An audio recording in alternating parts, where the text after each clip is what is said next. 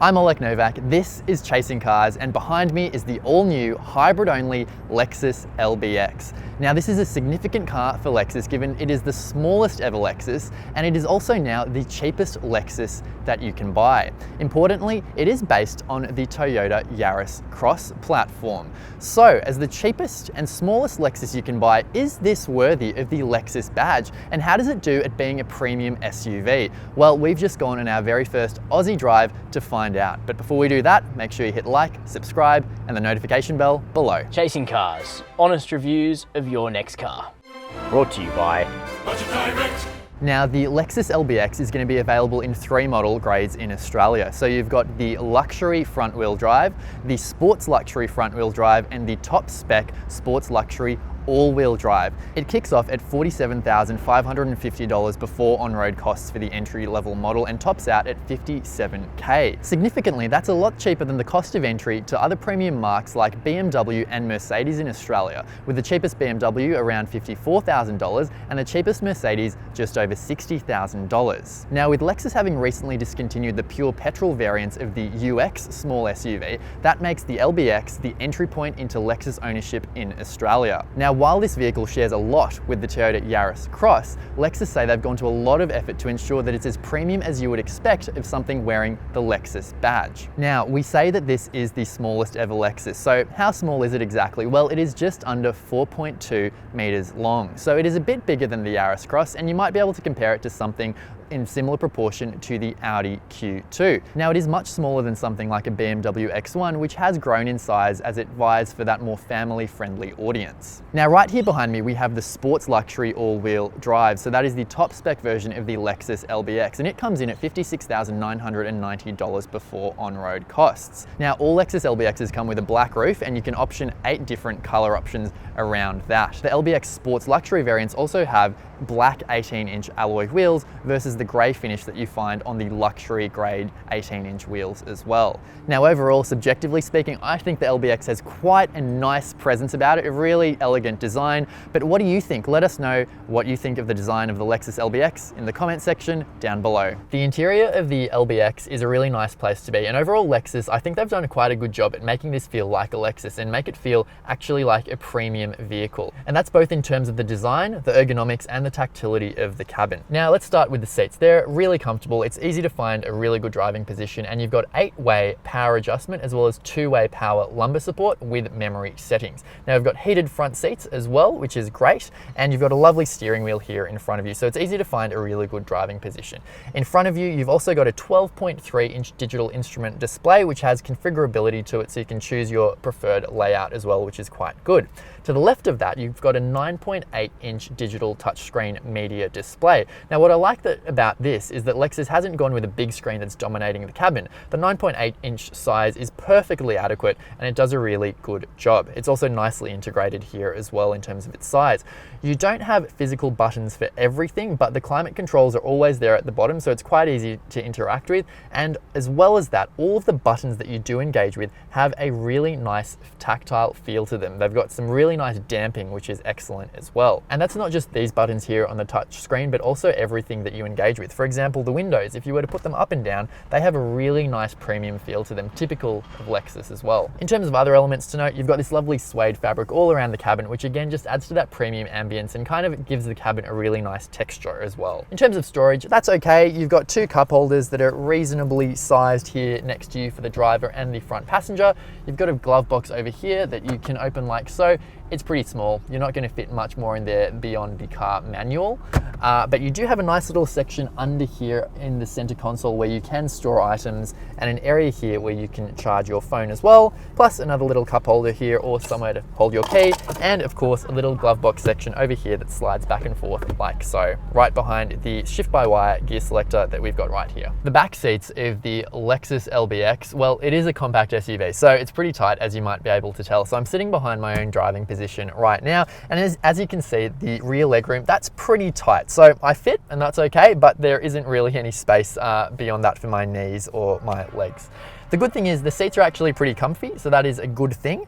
Visibility is okay, at least this window, the window line is relatively straight, so that's good, although right next to my head there is the C-pillar of the car, so that is a consideration as well. Now in terms of amenities at the rear, now unfortunately you don't get rear air vents here in the LBX. You do get 2 USB-C connection ports, however. There's also a map pocket here on the back of the front passenger seat, but that's only on that side, so you don't get one on this side over here. Unfortunately, you don't get a center armrest nor any cup holders in the middle seat either. Now, but in terms of the cabin materials here on the back seat, not quite as premium, a bit hard and scratchy over here on the door, so that is just something to note. Ultimately, this is a city-focused urban SUV, so if you are going to be having passengers in the rear seat, it's probably not the best choice. For a short trip around town occasionally, it's okay, but beyond that, you'd be looking at a bigger vehicle if that is your priority. All right, so let's check out the boot space on the Lexus LBX. We're going to do that by opening the electric tailgate, which you get standard across the entire lineup.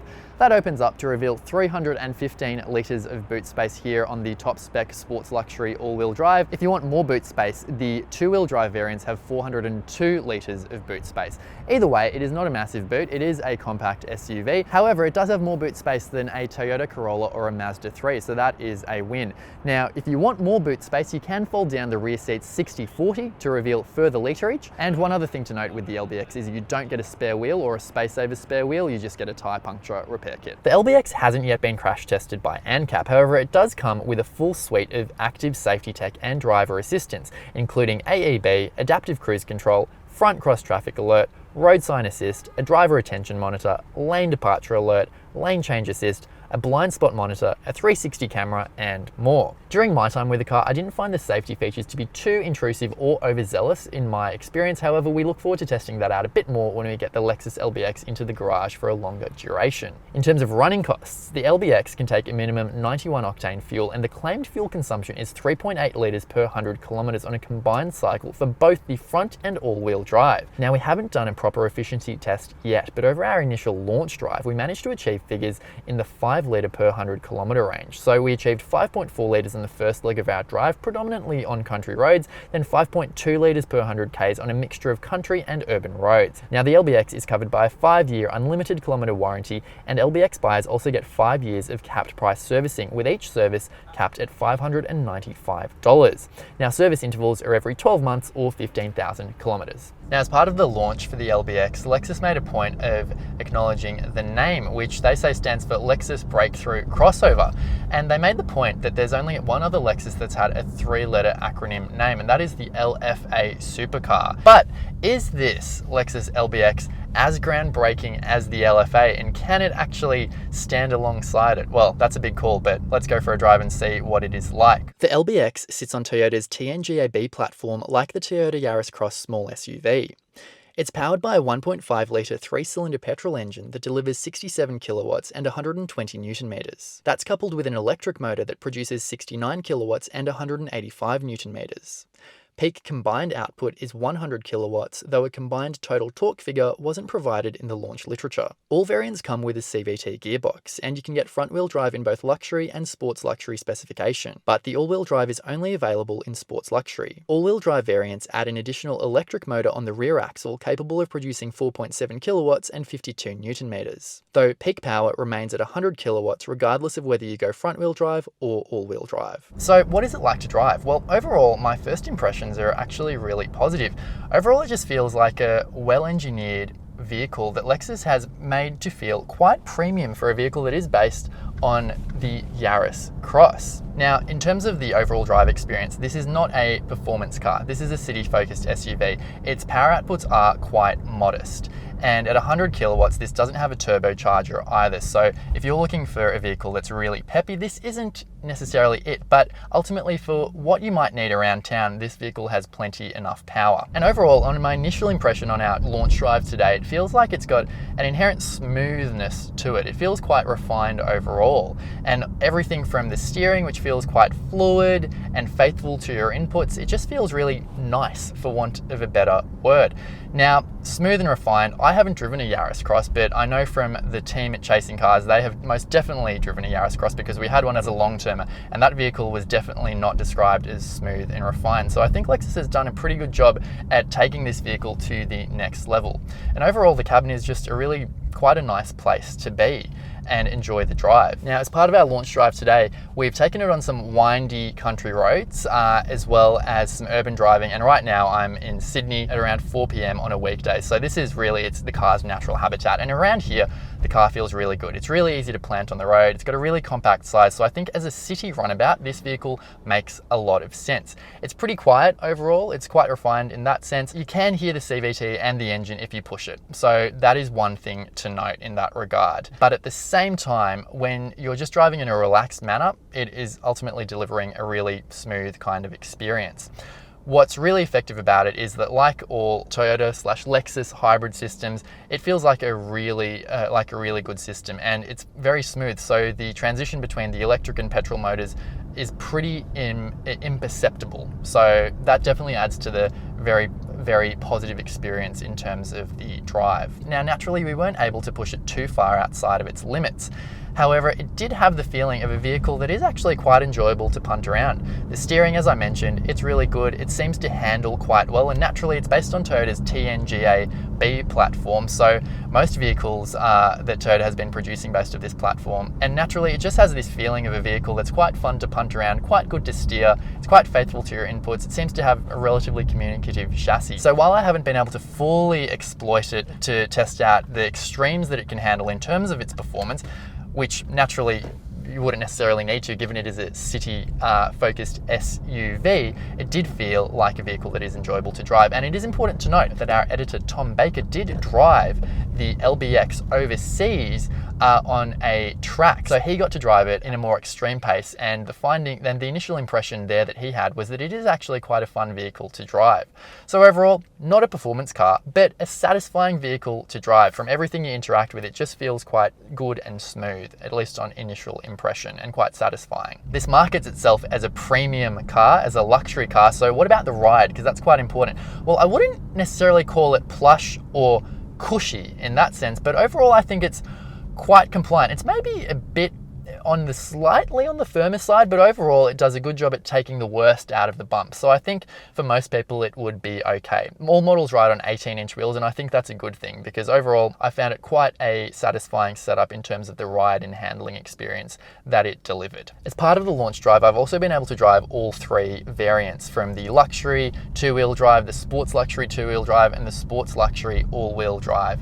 Now, ultimately, again, we'd like to have the car in for longer to be able to test out the differences and the nuances between the all-wheel drive and the two-wheel drive particularly, but on my initial impression, I didn't see there to be that much difference from the all-wheel drive. So I'm not sure if it is ultimately worth stepping up to that grade. That's something that is definitely worth considering, because I found the two-wheel drive variants to be just as enjoyable to drive.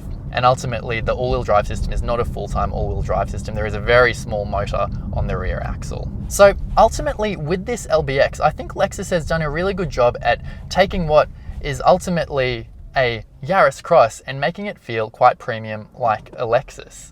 Now, granted, it's not a fast car. The powertrain definitely, because it seems to handle quite well, at least on this initial drive, it feels like it could definitely handle more power. And that's why it's exciting that there is that concept of the Maurizio RR. So hopefully, fingers crossed, that model is made, because this vehicle does definitely feel like it could handle a bit more pep. But ultimately, as a city-focused SUV, it's got enough power. Yes, it's got a CVT that you can hear sometimes. It's not the fastest unit. But overall, in terms of the powertrain, I think the 3-cylinder engine actually and the gearbox work together quite well, and coupled with the hybrid system, I think they deliver a pretty smooth and refined experience that ultimately delivers on what buyers in this class need. And as other manufacturers increasingly abandon these small city-focused segments, it's actually quite pleasing that Lexus is going the other way and entering this segment with the LBX.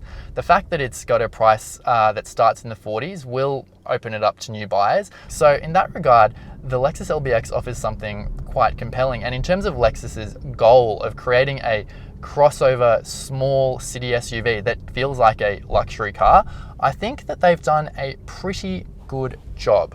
So is the LBX the groundbreaker Lexus says it is? Well, I'm not sure I'd go that far, but initial impressions are of a competent little luxury SUV.